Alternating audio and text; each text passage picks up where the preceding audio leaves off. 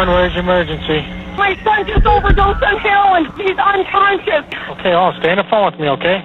Okay. 177. Please hurry. Please hurry. Is he breathing? I don't know. Yes, but I can't wake him up. I can't wake him up. Please hurry. Stay on the phone with me. Stay on the phone with me, okay? Okay. Okay, how old is he? He's 21. Oh, God.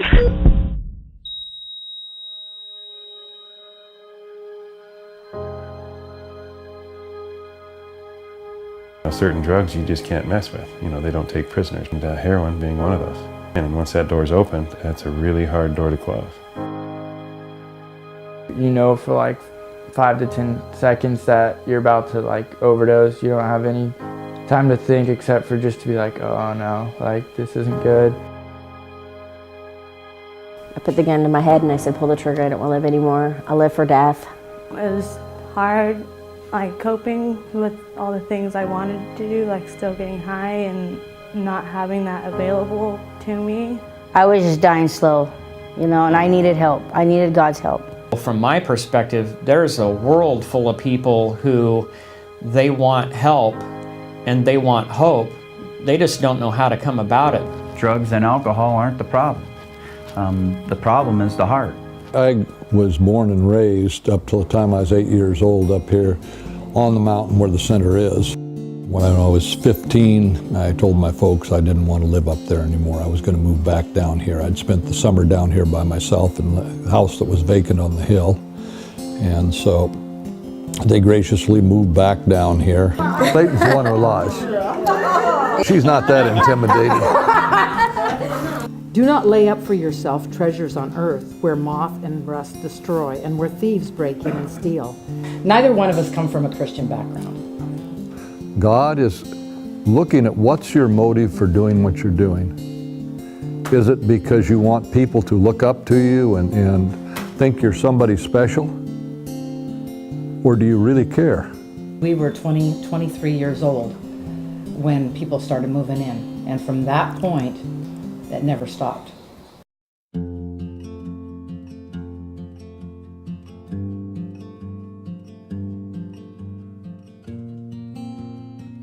Right here is our daily chore list. I'm the chore checker. Sweep the front and back porches. We have a laundry room, somebody cleans that. I get on them. Over there we have Ron, just hassling people, never doing a chore. Look at this guy. Mountain Ministries is a 1 year or more discipleship program. A discipleship program is where you can go be discipled about God.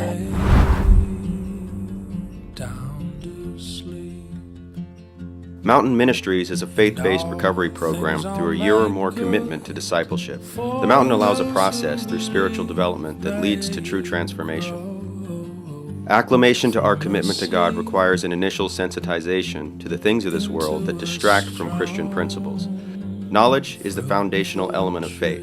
Equipping students with tools to develop new habits and skills enables us to change our thinking. After 6 months, leadership and guidance helps us pass on and practice what we've learned. Before we know it, it's time to focus on our plans for the future and prepare to re-enter the world, now delivered and equipped through God's work over our year. Day to day, it's simple. Devotions, chores, and morning class. Then students serve on various work assignments.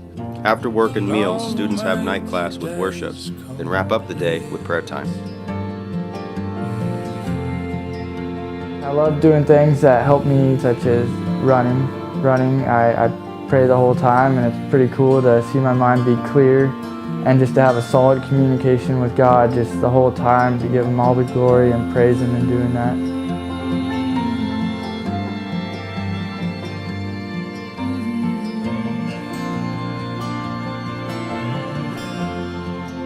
Their food needs and ours are really different because they've got the school over there and all the kids, so they go through a lot of different products. And they get their own donations too, separate from ours. So me and Sue work together as best we can to help accommodate each other. Like today, she needed some French fries for the kids, so we sent her over a case.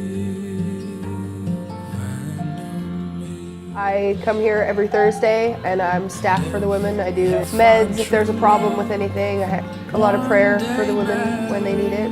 There's not a whole lot of hand-holding because it is mostly grown women here. Parents are responsible for their own children, except for childcare and school. In my spare time, I build crosses to help remind people of what Jesus did for us on the cross.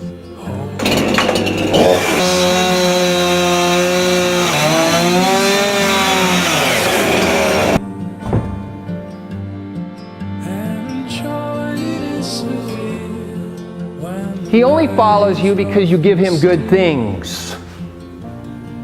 And sadly, that's true of many people. Every time we choose to fulfill our desires rather than God's desires, we're saying, all right, God says this, I say this. God, no, me, yes. By teaching these men how to understand and interpret and share the Bible, not only will they benefit directly, but they'll benefit mostly in an indirect way as they share the truth of God with others, and God reinforces that in their own heart. I've never been around horses, like ever my whole life. We have to like warm up to them and they have to warm up to us. And it's like we're both broken, you know, and we're kind of like helping each other. They've been abused horses, kind of like what life has done to us, you know. Horses bond and with people, so it teaches you to like slow down, you know, and it's amazing. I think it's going to be a beautiful project. This is the place for you. You know, you can get help here. You can find God here. You can do the things you need to, you know, to get better. This really isn't a program. This is really a family. And it's a whole lot different than a lot of programs out there. I'm sure there's others that are similar, but there's a lot of programs out there that it's a program. So you do your year, even the year-long ones, then you're gone. And I think that's probably why it's more successful, because God didn't design programs, He designed family. So there's a big difference there. It's family. We are all family because we're all running the same race with the same intention to grow closer to the Lord and rely and depend on Him. I thought family was supposed to stick with you no matter what.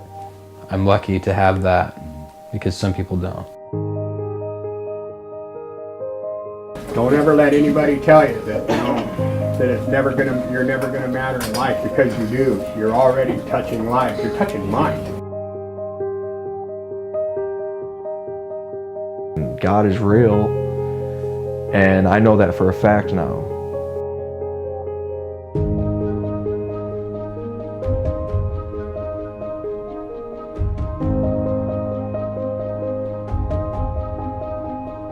You come up here to Mountain Ministries. It's a discipleship program, okay? Self-examine, self-evaluate, go through these things inside of ourselves so that we can turn and confront the issues that need to be dealt with in our life.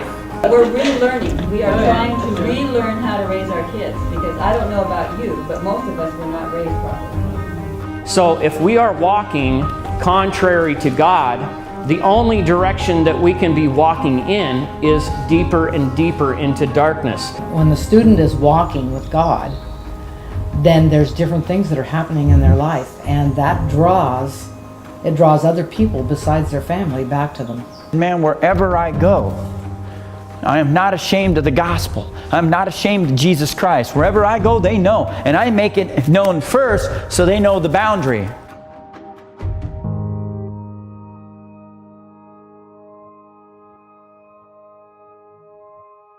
Every day, if you're right with me, if you're where you're supposed to be with me, I'll get you to where you need to go. Don't have to worry. What does Jesus say? Do not worry about tomorrow.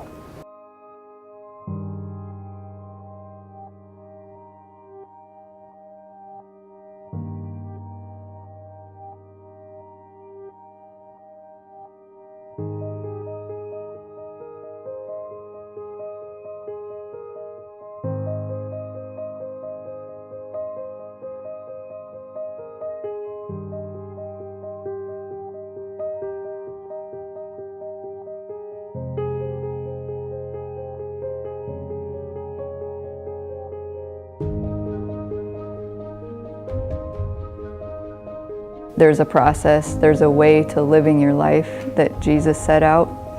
He's the way, and there is no other way. When they start realizing that they are important enough to God for Him to speak to them, you know, through His Word, and that He is restoring their life, and that hope and that flicker comes back, it's amazing. At the end of time and everybody's standing before God, nobody's going to be able to point their finger at God and say, you didn't give me a fair chance. People think because we do this ministry we've got great faith. That isn't true at all. It's really God's faithfulness, not our faith. He's going to make this ministry work not because of us, but because of who He is. Thank you. See you later.